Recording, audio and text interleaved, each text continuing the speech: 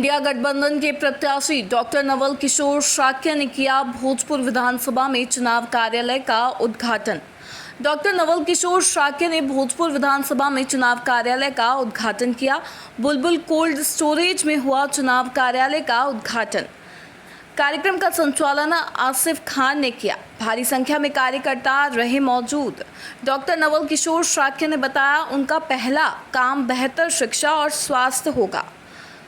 जिला अध्यक्ष चंद्रपाल यादव, अरशद जमाल सिद्दीकी, बिल्लू श्रीवास्तव, सईम सिद्दीकी आदि लोग मौजूद रहे।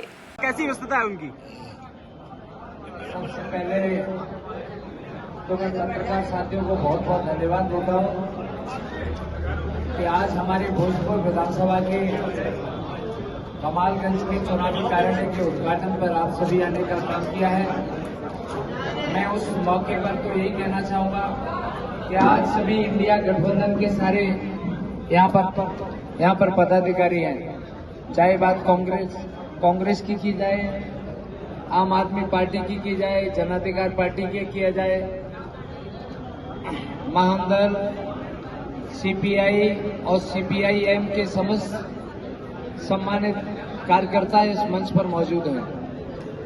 हम ये कहना चाहेंगे कि आज फर्रुखाबाद की जो समस्याएं हैं, उन समस्याओं से बेहतर ये समस्याओं को तो आप लोग बहुत दिनों से उठाने का काम कर रहे हो, लेकिन हम कह सकते हैं कि इंडिया गठबंधन के डॉक्टर नवल किशोर प्रत्याशी है, उसको सभी समर्थन देने का काम कर रहे हैं और समर्थन के साथ हम लोग भारी बहुमत से विजयी होने का भी यहाँ से काम कर रहे हैं। डॉक्टर साहब, प्रश्न ये था कि आखिर सलमान साहब क्यों नहीं नजर आए? इतनी व्यस्तता क्यों, जो उद्घाटन के लिए भी समय नहीं निकाल पाए?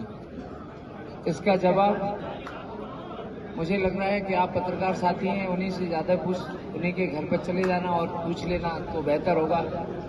लेकिन वो बेशक बहुत बड़े पदाधिकारी हैं, लेकिन बाकी बहुत सारे पदाधिकारी यहाँ पर भाई जीसान जी जो जिला महासचिव हैं, इसके अलावा बहुत सारे इंडियन कांग्रेस के यहाँ पर पदाधिकारी आए हैं। क्या सर इन्विटेशन दिया गया था? क्या सर इन्विटेशन दिया गया था क्या कार्यालय उद्घाटन का? सलमान साहब को कार्यालय उद्घाटन का इन्विटेशन तो उनको दिया गया था और वो अपनी कोई पर्सनल व्यक्तिगत व्यस्तता रही है। उनका कार्यकाल सिर्फ अभी 1 दिन के लिए था, लेकिन आज शाम के टाइम में आप सभी पत्रकार बंधुओं को इनवाइट कर रहा हूं। 4 बजे कायमगंज में चिलाका में माननीय सलमान साहब और समाजवादी पार्टी के सभी पदाधिकारी का एक संयुक्त आज शाम के टाइम में कार्यक्रम है, वहां पर आप सभी आमंत्रित हैं। फर्रुखाबाद लोकसभा चुनाव क्या पूरे इंडिया में चुनाव जोरों पर है। इस बीच आपकी डोर टू डोर जो कैंपेन चल रही है, मेन क्या मुद्दे रहेंगे, क्या मुद्दे लेके जनता के बीच आप जा रहे हैं?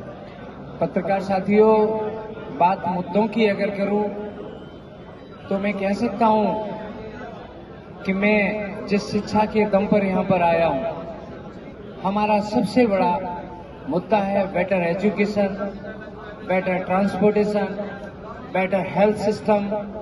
ये सारे मुद्दे हमारे प्रायोरिटी पे रहेंगे और सबसे बड़ा मुद्दा मैं कह सकता हूं कि यहाँ पर हेल्थ सिस्टम का है।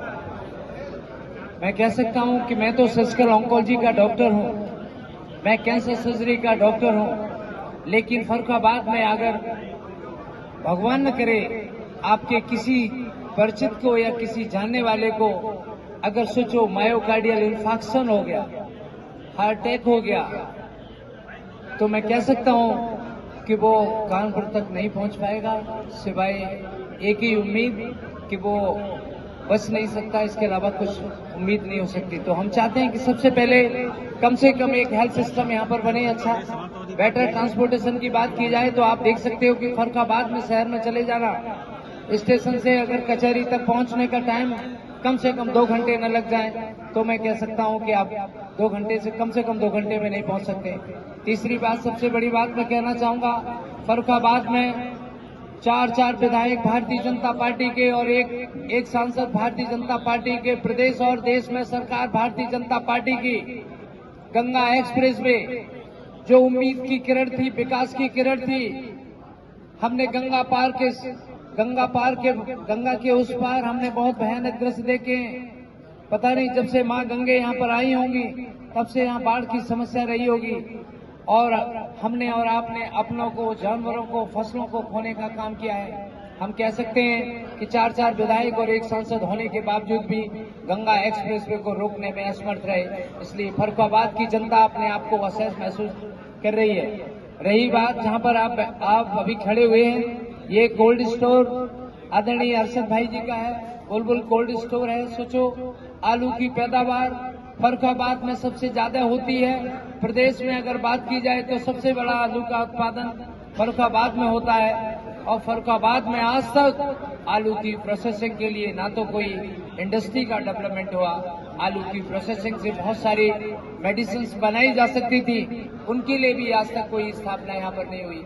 और रही बात मुद्दों की, मैं कहना चाहूंगा अभी चुनाव हो रहा है, ये लोकसभा का आम चुनाव, सबसे ज्यादा इस चुनाव में शिक्षकों का योगदान रहता है और शिक्षकों को भी और राज्य के अन्य कर्मचारियों को भी भारतीय जनता पार्टी की सरकार में शिक्षा मित्रों को सोचो, पहले 40,000 रुपए मानदेय मिला करता था, 10,000 मानदेय भारतीय जनता पार्टी के लोगों ने कर उनको उनका मान और सम्मान घटाने का काम किया है। ओल्ड पेंशन स्कीम की बात हो, प्रदेश में जो राज्य कर्मचारी थे, ओल्ड पेंशन स्कीम हुआ करती थी, उसको खत्म करने का काम भारतीय जनता पार्टी ने किया है। हम कह सकते हैं कि पुरानी ओल्ड पेंशन स्कीम को इंडिया गठबंधन जिस दिन भी बनेगा उस दिन इस देश में लागू करने का काम करेगा। भाजपा नेताओं का कुछ कहना है? आलू और कैंसर की बात हो ही गई है जी। तो पूर्व विदेश मंत्री ने अपनी कई सभाओं में ये बोला था कि हम डिस्ट्रिक्ट फर्रुखाबाद को कैंसर से भी बचाएंगे, आलू की समस्या का समाधान भी करेंगे। तो इसमें ये उम्मीद लगाई जाए। ये बात आज डॉक्टर नवल किशोर साख्या है। हम कह सकते हैं कि कैंसर सर्जन के रूप में मैं हेड और नेक कैंसर सर्जरी का स्पेशलाइज्ड डॉक्टर हूं। मैं कह सकता हूं कि किसी भी मेट्रोपॉलिटन हॉस्पिटल में चले जाना, चाहे आप कितने भी पैसे वाले जरूर न हो, आप अपने मरीज का इलाज नहीं करा पाओगे। आज 10 से 15 लाख रुपए सोचो कैंसर के ऑपरेशन के मेट्रोपॉलिटन हॉस्पिटल में लगने लगे। मैं कह सकता हूं कि लगातार 10 से 12 सालों से हमारे अस्पताल में जो भी आया होगा बेहद कम पैसे पे, और उसके पास नहीं होगा तो भी हमने उसका फ्री में इलाज करने का काम किया होगा। जैसे लोगों के दिलों में हमने जो कैंसर को ये